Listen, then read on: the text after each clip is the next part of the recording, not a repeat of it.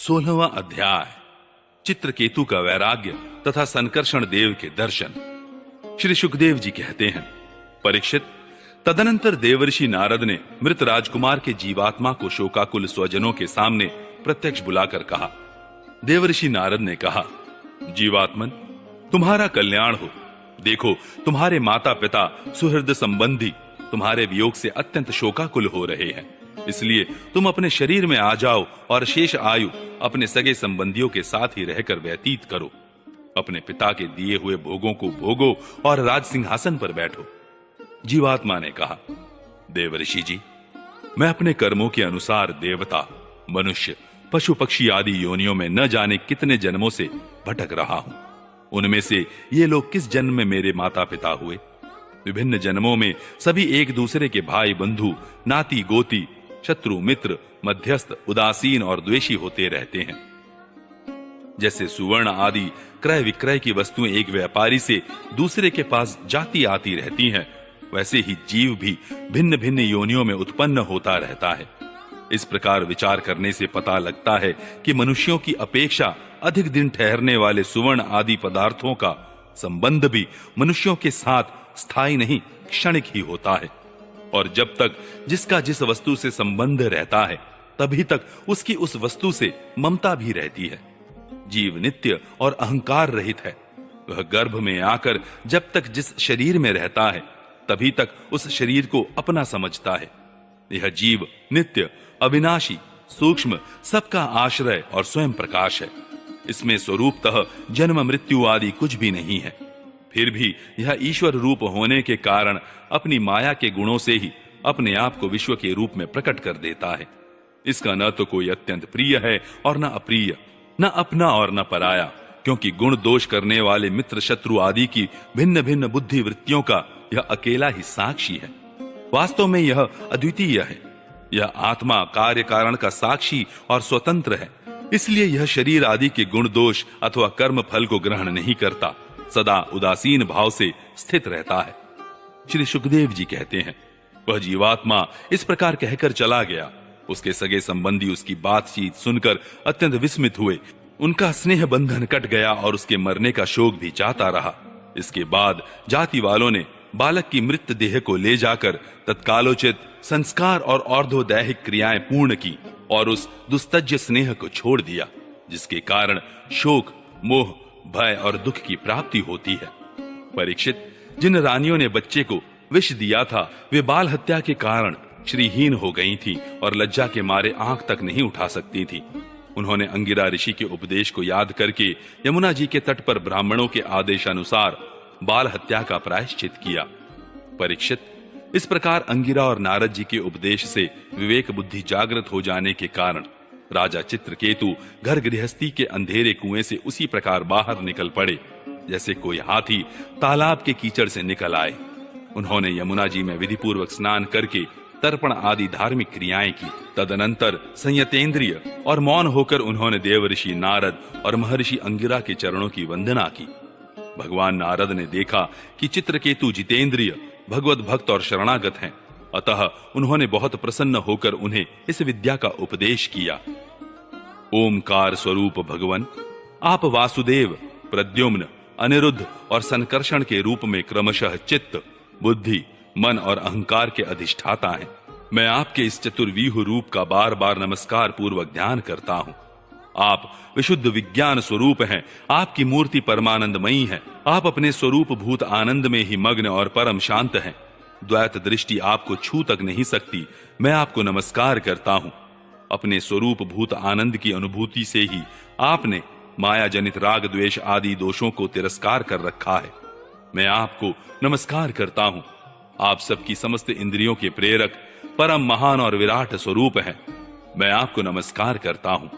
मन सहित वाणी आप तक न पहुंचकर बीच से ही लौट आती है। उसके उपरत हो जाने पर जो अद्वितीय, नाम रूप रहित, चेतन मात्र और कार्य कारण से परे की वस्तु रह जाती है, वह हमारी रक्षा करे। यह कार्य कारण रूप जगत जिनसे उत्पन्न होता है, जिनमें स्थित है और जिनमें लीन होता है, तथा जो मिट्टी की वस्तुओं में व्याप्त मृत्तिका के समान सब में ओतप्रोत है, उन पर ब्रह्म स्वरूप आपको मैं नमस्कार करता हूं। यद्यपि आप आकाश के समान बाहर भीतर एक रस व्याप्त हैं, तथापि आपको मन, बुद्धि और ज्ञानेंद्रियां अपनी ज्ञान शक्ति से नहीं जान सकती और प्राण तथा कर्मेंद्रियां अपनी क्रिया रूप शक्ति से स्पर्श भी नहीं कर सकती। मैं आपको नमस्कार करता हूं। शरीर, इंद्रिय, प्राण, मन और बुद्धि जागृत तथा स्वप्न अवस्थाओं में आपके चैतन्यांश से युक्त होकर ही अपना अपना काम करते हैं तथा सुषुप्ति और मूर्छा की अवस्थाओं में आपके चैतन्यांश से युक्त न होने के कारण अपना अपना काम करने में असमर्थ हो जाते हैं। ठीक वैसे ही जैसे लोहा अग्नि से तप्त होने पर जला सकता है, अन्यथा नहीं। जिसे दृष्टा कहते हैं वह भी आपका ही एक नाम है। जागृत आदि अवस्थाओं में आप उसे स्वीकार कर लेते हैं, वास्तव में आपसे पृथक उनका कोई अस्तित्व नहीं है। ओंकार स्वरूप महाप्रभावशाली महाविभूतिपति भगवान महापुरुष को नमस्कार है। श्रेष्ठ भक्तों का समुदाय अपने कर कमलों की कलियों से आपके युगल चरण कमलों की सेवा में संलग्न रहता है। प्रभु, आप ही सर्वश्रेष्ठ हैं। मैं आपको बार बार नमस्कार करता हूं। श्री सुखदेव जी कहते हैं, परीक्षित, देवर्षि नारद अपने शरणागत भक्त चित्रकेतु को इस विद्या का उपदेश करके महर्षि अंगिरा के साथ ब्रह्मलोक को चले गए। राजा चित्रकेतु ने देवर्षि नारद के द्वारा उपदिष्ट विद्या का उनके आज्ञानुसार 7 दिन तक केवल जल पीकर बड़ी एकाग्रता के साथ अनुष्ठान किया।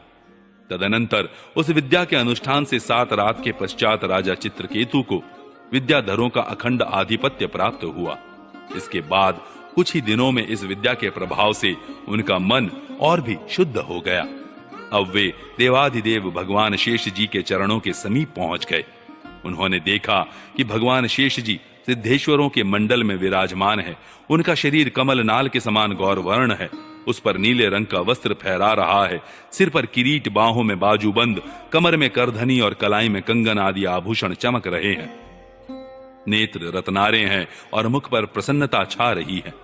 भगवान शेष का दर्शन करते ही राजऋषि चित्रकेतु के सारे पाप नष्ट हो गए। उनका अंतःकरण स्वच्छ और निर्मल हो गया। हृदय में भक्ति भाव की बाढ़ आ गई।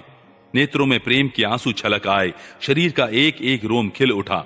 उन्होंने ऐसी ही स्थिति में आदि पुरुष भगवान शेष को नमस्कार किया। उनके नेत्रों से प्रेम के आंसू टप टप गिरते जा रहे थे। इससे भगवान शेष के चरण रखने की चौकी भीग गई। प्रेमोद्रेक के कारण उनके मुंह से एक अक्षर भी न निकल सका। वे बहुत देर तक शेष भगवान की कुछ भी स्तुति न कर सके। थोड़ी देर बाद उन्हें बोलने की कुछ कुछ शक्ति प्राप्त हुई। उन्होंने विवेक बुद्धि से मन को समाहित किया और संपूर्ण इंद्रियों की बाह्य वृत्ति को रोका। फिर उन जगत गुरु की, जिनके स्वरूप का 5 रात्र आदि भक्ति शास्त्रों में वर्णन किया गया है, इस प्रकार स्तुति की। चित्रकेतु ने कहा, अजित, जितेंद्रिय एवं समदर्शी साधुओं ने आपको जीत लिया है। आपने भी अपने सौंदर्य, माधुर्य, कारुण्य आदि गुणों से उनको अपने वश में कर लिया है। अहो, आप धन्य हैं, क्योंकि जो निष्काम भाव से आपका भजन करते हैं उन्हें आप करुणा परवश होकर अपने आप को भी दे डालते हैं। भगवान, जगत की उत्पत्ति, स्थिति और प्रलय आपकी लीला विलास हैं। विश्व निर्माता ब्रह्मा आदि आपके अंश के भी अंश हैं। फिर भी वे पृथक पृथक अपने को जगत कर्ता मानकर झूठ मूठ एक दूसरे से स्पर्धा करते हैं। नन्हे से नन्हे परमाणु से लेकर बड़े से बड़े महत्त्व पर्यंत संपूर्ण वस्तुओं के आदि, अंत और मध्य में आप ही विराजमान हैं तथा स्वयं आप आदि, अंत और मध्य से रहित हैं, क्योंकि किसी भी पदार्थ के आदि और अंत में जो वस्तु रहती है वही मध्य में भी रहती है। यह ब्रह्मांड कोश, जो पृथ्वी आदि 1 से 1 10 गुने 7 आवरणों से घिरा हुआ है, अपने ही समान दूसरे करोड़ों ब्रह्मांडों के सहित आप में एक परमाणु के समान घूमता रहता है, और फिर भी उसे आपकी सीमा का पता नहीं है। इसलिए आप अनंत हैं। जो नर पशु केवल विषय भोग ही चाहते हैं, वे आपका भजन न करके आपके विभूति स्वरूप इंद्रादि देवताओं की उपासना करते हैं। प्रभु, जैसे राजकुल का नाश होने के पश्चात उसके अनुयायियों की जीविका भी जाती रहती है, वैसे ही क्षुद्र उपास्य देवों का नाश होने पर उनके दिए हुए भोग भी नष्ट हो जाते हैं। परमात्मन, आप ज्ञान स्वरूप और निर्गुण हैं, इसलिए आपके प्रति की हुई सकाम भावना भी अन्यान्य कर्मों के समान जन्म मृत्यु रूप फल देने वाली नहीं होती। जैसे भुने हुए बीजों से अंकुर नहीं उगते, क्योंकि जीव को जो सुख दुख आदि द्वंद्व प्राप्त होते हैं वे सत्वादि गुणों से ही होते हैं, निर्गुण से नहीं। अजित, जिस समय आपने विशुद्ध भागवत धर्म का उपदेश किया था, उसी समय आपने सबको जीत लिया, क्योंकि अपने पास कुछ भी संग्रह परिग्रह न रखने वाले, किसी भी वस्तु में अहंता ममता न करने वाले आत्माराम सनकादि परम ऋषि भी परम साम्य और मोक्ष प्राप्त करने के लिए उसी भागवत धर्म का आश्रय लेते हैं। वह भागवत धर्म इतना शुद्ध है कि उसमें सकाम धर्मों के समान मनुष्यों की वह विषम बुद्धि नहीं होती कि यह मैं हूं, यह मेरा है, यह तू है और यह तेरा है।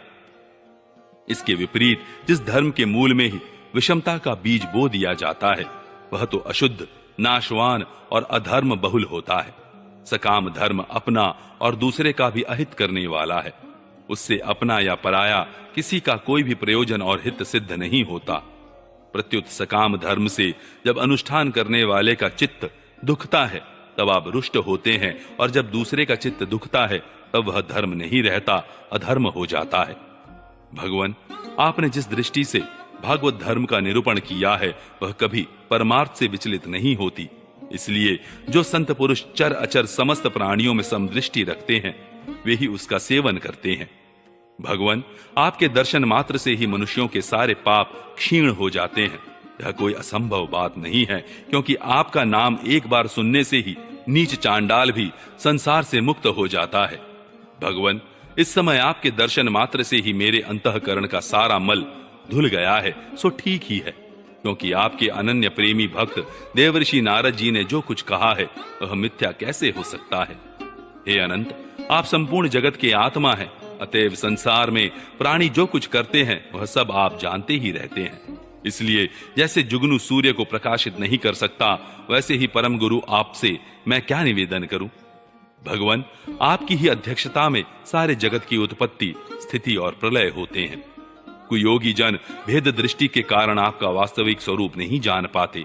आपका स्वरूप वास्तव में अत्यंत शुद्ध है। मैं आपको नमस्कार करता हूं।